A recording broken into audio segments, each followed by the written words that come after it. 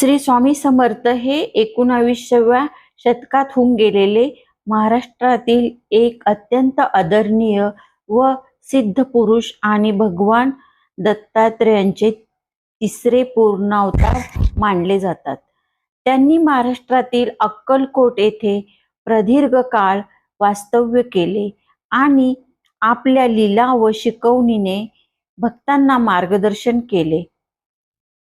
मूळ स्वरूप आणि प्रगट दिन त्यांचा अवतार श्री स्वामी समर्थ हे भगवान दत्तात्रेयांचे तिसरे पूर्ण अवतार मानले जातात. पहिले श्रीपाद श्रीवल्लभ आणि दुसरे श्री नृसिंह सरस्वती. आता प्रगट दिनाविषयी बोलूया. स्वामी समर्थांचा प्रगट दिन चैत्र शुद्ध द्वितीया विशेषतः अक्कलकोट येथे सन 1856 मध्ये चैत्र महिन्यात प्रगट झाले असा मानला जातो.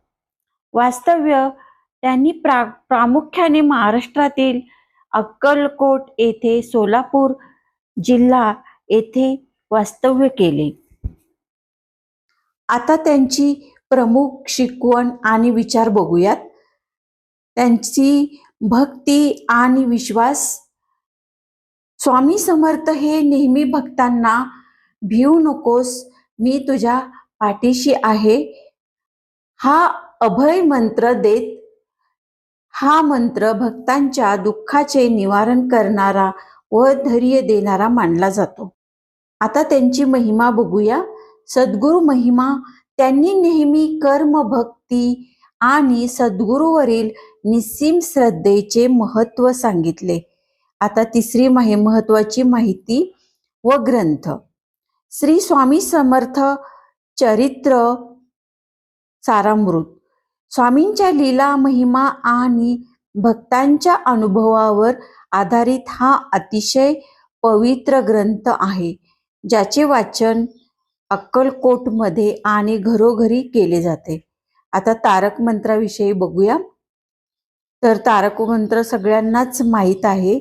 संकटाच्या निवारणासाठी स्वामी समर्थांचा हा तारक मंत्र अत्यंत प्रभावी मानला जातो. आता मंत्र. श्री स्वामी समर्थ हा मंत्र अत्यंत प्रभावशाली असून तो भक्तांना मानसिक शांती आणि आध्यात्मिक ऊर्जा देतो. आता अक्कलकोट संस्थानाबद्दल बघूया. अक्कलकोट हे स्वामी समर्थांचे मुख्य स्थान आहे.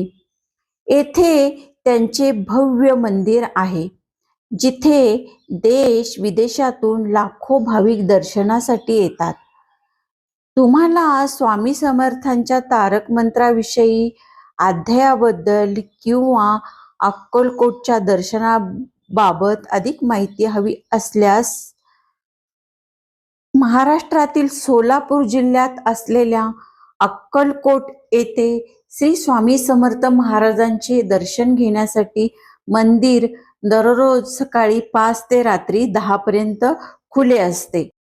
काकड आरती सकाळी 5 वाजता सुरू होते आणि मुख्य दर्शन सकाळी 6 वाजता 6 ते दुपारी 12, तसे दुपारी 4 ते रात्री 9 पर्यंत दरम्यान उपलब्ध असते.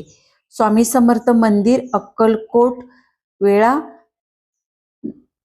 बुकिंग 2026 दर्शन बुकिंग. अक्कलकोट प्रवासाची संपूर्ण व अचूक माहिती खालील प्रमाणे आहे. दर्शनाचे मुख्य आकर्षण वटवृक्ष मंदिर हे स्वामी समर्थ महाराजांचे मुख्य निवासस्थान आणि ध्यान केंद्र होते. याच वटवृक्षाखाली बसून त्यांनी भक्तांना उपदेश केला. समाधी मंदिर. वटवृक्षाच्या अगदी जवळच महाराजांचे समाधी मंदिर आहे, जिथे भाविक दर्शनासाठी रांगेत उभे राहतात. आता दैनंदिन पूजा आणि आरतीच्या वेळा. सकाळी काकड आरती सकाळी 5 वाजता.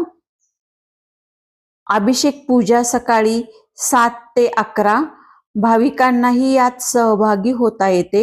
अक्कलकोट स्वामी समर्थ पूजा किती वाजता? महाआरती आणि नैवेद्य दुपारी 12 वाजता. अक्कलकोट स्वामी समर्थ मंदिर पूजा शेज आरती 10 वाजता. अक्कलकोट स्वामी समर्थ मंदिर पूजा. आता महाप्रसाद अन्नछत्र. अक्कलकोटला आल्यावरती श्री स्वामी समर्थ महाराज अन्नछत्र मंडळात महाप्रसाद घेणे आवर्जून मानले जाते. हे अन्नछत्र दुपारी 12 ते 3 आणि रात्री 9 ते 11 या वेळेत सुरू असते. महाप्रसाद श्री स्वामी समर्थ अन्नछत्र मंडळ ट्रस्ट एप 2279 अक्कलकोट.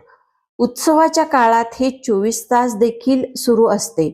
महाप्रसाद श्री स्वामी समर्थ अन्नछत्र मंडळ ट्रस्ट एप 2279 अक्कलकोट.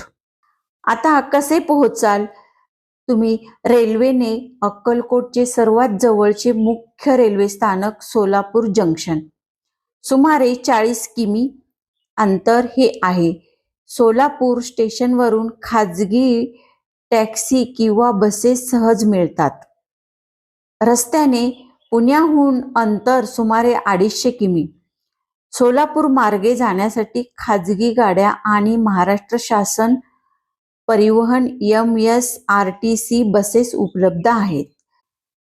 खालील महत्वाची टीप म्हणजे सण आणि उत्सवाच्या दिवशी उदाहरणार्थ दत्त जयंती, गुरुपौर्णिमा मंदिरात मोठी गर्दी असते, त्यामुळे दर्शनासाठी जादा वेळ लागू शकतो. आता अक्कलकोट मध्ये गेल्यानंतर कोणकोणत्या मंदिरांचे दर्शन घ्यावे याचे मार्गदर्शन सांगते. अक्कलकोट येथे श्री स्वामी दर्शनासाठी जायचे आहे. तेथील राहण्याची दर्शनाची पूर्ण माहिती. आम्ही 18 डिसेंबरला रात्री 8 ते 9 वाजेपर्यंत अक्कलकोटला पोहोचलो. तिथे खूप गर्दी होती आणि भक्त निवास पण फुल होते. आता लॉजिंग पाहिल्याशिवाय पर्याय नाही असे वाटले. मी, आई आणि पत्नी आणि मुले होतो. मनात म्हटले चला ही स्वामींची इच्छा. भक्त निवासाच्या मागच्या गेटने बाहेर पडलो. उजव्या बाजूला किंवा डाव्या बाजूला असे 2 पर्याय होते. डाव्या बाजूला जायचा निर्णय घेतला आणि 200 मीटरवर वटवृक्ष भक्त निवासाच्या इथे पोहोचलो. त्या ठिकाणी पहिल्यांदाच आलो होतो. त्यात गेलो आणि तिथे रूम्स उपलब्ध होत्या, पण लाईन लागली होती आणि पैसे कॅश द्यायचे होते. माझ्याकडे कॅश नव्हती. मनात विचार आला की जर स्वामींची इच्छा असेल तर रूम मिळेल किंवा हॉटेलमध्ये राहू. मी पार्किंग मध्ये आलो. गाडीमधून पैसे घेतले. घरचे अजून गाडीतच होते. त्यांना सांगितले रूम कन्फर्म झाल्यावर तुम्हाला घेऊन जातो. शेवटची रूम भेटली. 600 रुपये रूम भाडे आणि 100 रुपये डिपॉझिट. 3 बेड होते. आम्ही मस्त आराम केला. आई आणि माझी मुलगी एका बेडवर, बायको आणि मुलगा एका बेडवर आणि मी एका बेडवर. त्यांचे स्वतःचे रेस्टॉरंट आहे.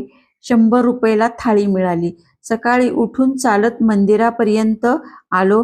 500 मीटर अंतर आहे. रिक्षावाले विचारतात पण काही गरज नाही त्याची आणि आपण चालत जाऊ शकतो. दर्शन छान झाले. आता आम्ही रोज सकाळी उठल्यावर आणि झोपताना जप मंत्र ऐकतो. मनाला छान वाटते. अजून जर तुम्हाला काही माहिती हवी असेल तर कमेंटमध्ये नक्की लिहा. भेटूया अशाच पुन्हा नवीनशा छानशा व्हिडिओ सोबत नवीन माहितीसह. तोपर्यंत व्हिडिओ बघत राहा.